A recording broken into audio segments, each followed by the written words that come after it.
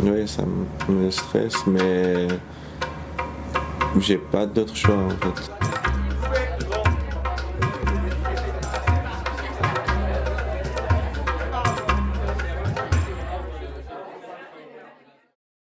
Les universités de Bâle et de Genève sont formelles quant à l'état psychologique de leurs étudiants et étudiantes. La première mesure que les symptômes dépressifs graves chez les jeunes de 14 à 24 ans a augmenté jusqu'à 29%. De son côté, l'Université de Genève mesure que les inégalités entre les étudiants et étudiantes se sont accrues durant la crise. Qu'en est-il des réfugiés? Nous sommes partis à la rencontre de 3 d'entre eux. Il y a d'abord Eren, jeune étudiant turc en première année en relations internationales. Nous avons ensuite Reza, étudiant en génie civil. Et finalement, Ali, étudiant afghan en deuxième année en HEC à l'Université de Lausanne.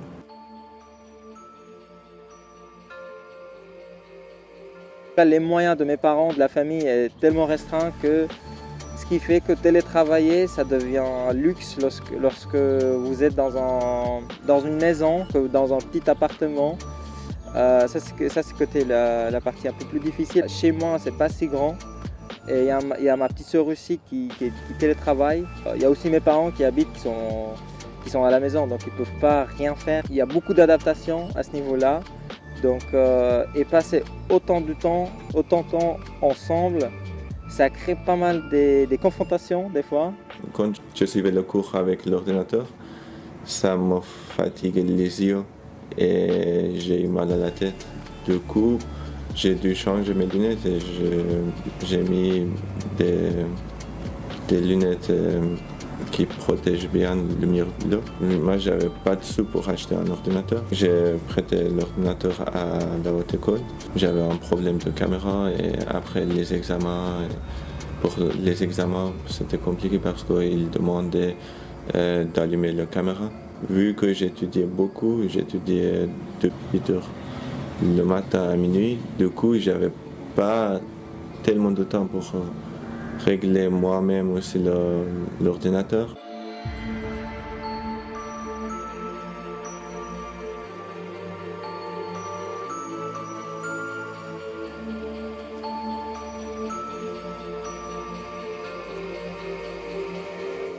Le reste, ils ne me soutiennent plus à la haute école d'ingénierie.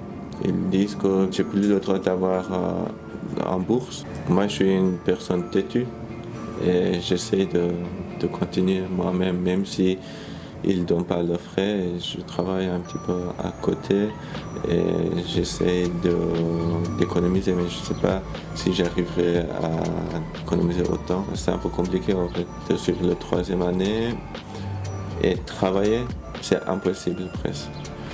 Et du coup, je dois économiser de l'argent pour que je puisse suivre le 3e année. C'est un peu contraignant parce que je dois vite trouver un boulot, sortir de l'aide sociale et pouvoir avoir un permis. Si tu veux partir, il faut que tu travailles. Si tu travailles, tu ne peux pas partir. Et tu as encore tes parents, donc ce qui fait que tu as 2 mains, mais plusieurs problèmes pour les soulever.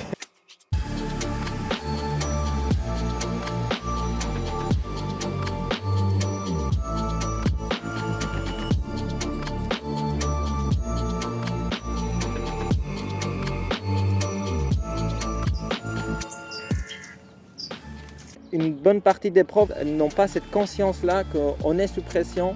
Les poids qu'ils mettent sur nous a plus d'effet dans ce temps qu'avant le Covid en fait. Les profs, la plupart du temps, ils n'ont pas revu la charge et le volume de travail. Ce qui fait qu'au bout de certains moments, on n'arrive pas à soulever tout ce poids-là. Et on finit par craquer, ce qui m'est arrivé à la fin pendant la dernière session d'examen. Donc c'était assez difficile et j'ai eu un burn-out. J'avais un coup de blanc pendant la moitié de l'examen. J'arrivais même pas à lire les questions tellement j'étais dans le mal. C'est vraiment difficile parce que j'avais pas des amis en relation internationale.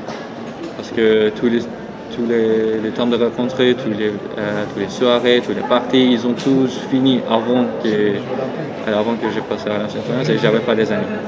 Alors ça continuait pendant des mois comme ça.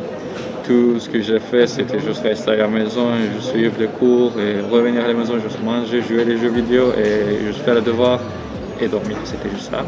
Le fait qu'on suit le cours en ligne, il y a encore plus de temps, plus de travail. Du coup, on a eu beaucoup plus de travail que de suivre le cours à présentiel. En fait.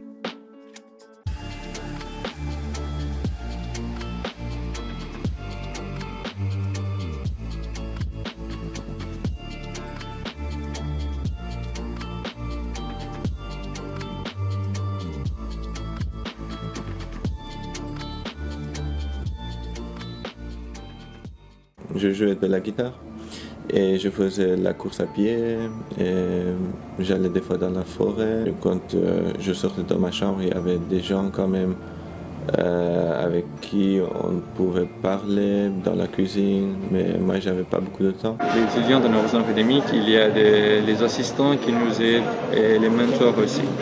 Alors quand on a des problèmes académiques ou des jeux systématiques comme juste inscription à l'examen et tout, ou si on n'a pas beaucoup de morale et tout, alors on peut juste appeler ces gens et puis voilà, on peut rencontrer nos situations et ils nous donnent des conseils comment on peut juste débrouiller dans ces situations. Ainsi, il existe des solutions, telles que des structures associatives, l'OFI à Fribourg ou UNIL sans frontières à l'Université de Lausanne, des services dans certaines universités, horizons académiques, ou encore des bourses d'études privées sont ouvertes, comme la Fondation d'aide autonome.